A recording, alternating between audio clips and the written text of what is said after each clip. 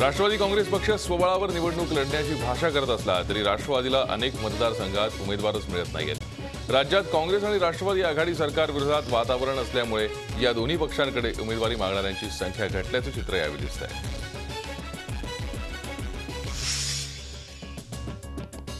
निवडणुकीची तारीख जाहीर होण्यापूर्वीच काँग्रेसनं प्रचाराचा शुभारंभ केल्यानंतर आता राष्ट्रवादी काँग्रेसही आज प्रचाराचा नारळ फोडणार आहे। मुंबईतील यशवंतराव चव्हाण प्रतिष्ठानमध्ये पक्षाचे राष्ट्रीय अध्यक्ष शरद पवार यांच्या उपस्थितीत राष्ट्रवादी आपला प्रचार सुरू करणार आहे। या कार्यक्रमात पक्षाचं प्रचारगीत आणि जाहिरातींचं अनावरण केलं जाईल। शिवसेना पक्षप्रमुख उद्धव ठाकरे आज नांदेडमध्ये विधानसभेच्या निवडणूक प्रचाराचा शुभारंभ करणार आहेत। नांदेडमध्ये आज ते आपली जाहीर सभा घेणार आहेत। राष्ट्रवादी महायुतीच्या जागा वाटपाची घोषणा अद्याप झालेली नाही। राज्यात महायुतीतील घटक पक्षांच्या जागांच्या मागणीचा विचार करून जागा वाटप लवकरच जाहीर होईल असा विश्वास शिवसेनेचे खासदार संजय राऊत यांनी व्यक्त केला आहे।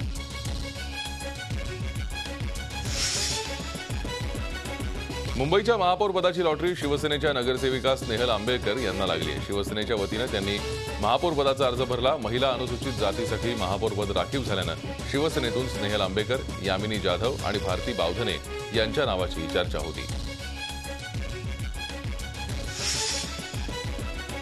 नागपूरच्या महापौरपदावरती भाजपच्या प्रवीण दटके यांची नियुक्ती झाली आहे। दटके यांनी काँग्रेसच्या अरुण डावरे यांचा 41 मतांनी पराभव केला। प्रवीण दटके यांना 80 तर डावरे यांना 39 मतं मिळाली। उपमहापौरपदावर भाजपच्याच मुन्ना पोकुलवार यांचा 40 मतांनी विजय झाला। त्यांनी राष्ट्रवादीच्या राजू नागुलकर यांचा पराभव केला। ठाणे महानगरपालिकेच्या महापौरपदाची निवडणूक येत्या 10 तारखेला घेण्यात येणार आहे। महापौरपदासाठी सेनेतल्या अनेकांनी जोरदार फिल्डिंग लावली आहे। मात्र चर्चेत असणाऱ्या नावांना बाजूला सारून महायुतीनं महापौरपदासाठी संजय मोरे यांना पसंती दिली आहे। तर कळव्यातील नगरसेवक राजेंद्र साप्ते यांनी उपमहापौरपदासाठी आपला अर्ज दाखल केला आहे। पुण्यातल्या बालेवाडीमध्ये मुख्यमंत्री पृथ्वीराज चव्हाण आणि उपमुख्यमंत्री अजित पवार यांच्या उपस्थितीत उत्कृष्ट काम करणाऱ्या शिक्षकांना पुरस्कार वितरित करण्यात आले। यावेळी भाषण करताना अजित पवार यांनी चौफेर फटकेबाजी केली। पुण्याला पाणीपुरवठा करणारी सगळी धरणं 90% जास्त भरली आहेत। त्यामुळे पुण्याचा पाणी प्रश्न सुटण्याची चिन्ह आहेत। पानशेत 100%, टेमघर 100%, खडकवासला 85.53%, तर वरसगाव 99.33% भरलाय।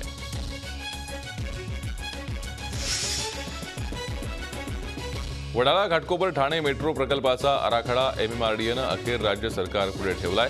LBS मार्गे जाणारा मेट्रोचा मार्ग हा बहुतांश भुयारी असणार आहे। सुमारे 32 किलोमीटरच्या मार्गावर 29 मेट्रो स्टेशन्स असतील। आता या प्रकल्पाची किंमत 22,000 कोटी रुपये असून या मेट्रोनं पूर्व उपनगर, मुंबई शहर आणि ठाण्याला जोडली जाणार आहे। कोकण रेल्वे मार्गावर प्रीमियम AC गाड्या सुरू करण्याचा प्रयोग सध्या तरी पूर्ण फसल्याचं चित्र आहे। या गाड्यांकडे प्रवाशांनी संपूर्ण पाठ फिरवली आहे। त्यामुळे या गाड्याच बंद करण्याचा इशारा कोकण रेल्वेने दिला आहे। मात्र अव्वाच्या सव्वा तिकीट आणि प्रवासातली 1760 विघ्न यामुळे कोकण रेल्वे प्रवाशांना स्पेशल गाडीचा प्रवास नकोसा झाला आहे। शिक्षक दिनाच्या दिवशी जळगावातील मराठा विद्याप्रसारक संस्थेच्या 55 शिक्षकांवरती पगाराच्या रकमेसाठी ठिय्या आंदोलन करण्याची नामुष्की उडावली आहे। 5 वर्षांपूर्वी SC ST तसंच इतर मागासवर्गीय प्रवर्गातून माध्यमिक तसंच कनिष्ठ महाविद्यालयीन 55 शिक्षकांची भरती करण्यात आली।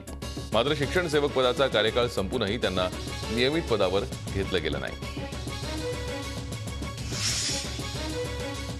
वसई विरारमध्ये फ्री वायफाय सेवा सुरू करण्यात आली आहे। आमदार क्षितिज जितेंद्र ठाकूर यांच्या प्रयत्नांमधून ही वायफाय सेवा सुरू करण्यात आली आहे। सध्या पहिल्या टप्प्यात वसई विरार, नायगाव आणि नालासोपारा या 4 रेल्वे स्टेशन दरम्यान ही सुविधा सुरू करण्यात आली आहे। पुढच्या काही काळात संपूर्ण पालघर जिल्ह्यात वायफाय सुविधा देणार असल्याचं क्षितिज ठाकूर यांनी सांगितलं आहे।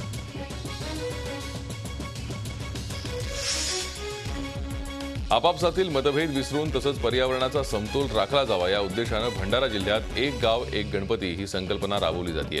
या संकल्पनेतून 545 ग्रामपंचायती मिळून जिल्ह्यात 200 गणपती बसवत आहेत। या संकल्पनेमुळे जातीय सलोखा निर्माण झाला, पण त्याचबरोबर पर्यावरणाचा होणारा ऱ्हास देखील टाळता आला।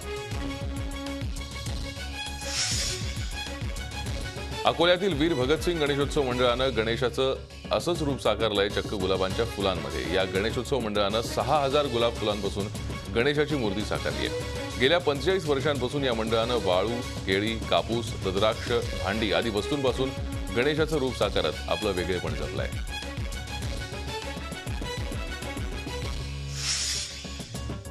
पुणे फेस्टिव्हलला थाटामाटात सुरुवात झाली. उद्घाटन सोहळ्याला सहकार मंत्री हर्षवर्धन पाटील, खासदार शिवाजीराव आढळराव पाटील, राहुल बजाज यांच्याबरोबर अभिनेते जितेंद्र, अभिनेत्री करिश्मा कपूर, सचिन पिळगावकर, आफताब शिवदासानी, ईशा देओल यांनीही उपस्थिती लावली होती.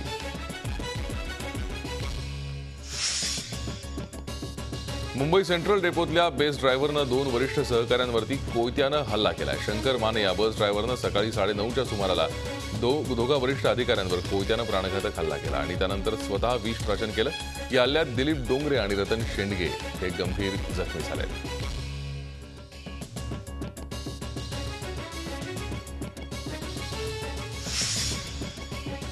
कोल्हापूर जिल्ह्यातील इचलकरंजी इथे 5 वर्षांच्या बालिकेवर बलात्कार झाल्याची घटना उघडकीस आली आहे. इचलकरंजी पोलिसांनी आरोपी रफिक बाबासो जमादारला अटक केली आहे. इचलकरंजीतील खंजिरे मळा इथे जमादार याचे किराणा मालाचं दुकान आहे. या दुकानासमोर पीडित बालिका खेळत होती. नागपुरातील युग चांडक हत्येविरोधात अकोलेकर रस्त्यावर उतरले. संध्याकाळी 7च्या सुमारास अकोलेकरांनी कॅन्डल मार्च काढत युगच्या हत्येचा निषेध केला. अकोल्यातील गांधी चौक ते गांधी जवाहर बाग या मार्गावर हा शांती मोर्चा काढण्यात आला. या कॅन्डल मार्चमध्ये लहान मुलं सहभागी झाली होती. दारूबंदी विरुद्ध बेकायदेशीर ठराव करणारी मेढा ग्रामपंचायत बरखास्त करावी, अन्यथा राष्ट्रवादीच्या उमेदवारांना निवडणुकीत धडा शिकवला जाईल, असा गंभीर इशारा सातारा जिल्ह्यातील महिला संघटनांनी दिलाय. या दारूबंदीसाठी राष्ट्रवादीच्या नेत्या सुप्रिया सुळे यांनी देखील पुढाकार घेतला होता. उरण तालुक्यातल्या JNPT बंदरातील कस्टमच्या यार्डमधून रक्तचंदनाचा कंटेनर चोरणाऱ्या 5 जणांना उरण पोलिसांनी अटक केली आहे. 2013 मध्ये कस्टम विभागानं हा रक्तचंदनाचा साठा जप्त केला होता. मात्र यात 12 टन रक्तचंदन असून त्याची किंमत 90 कोटींच्या घरात आहे.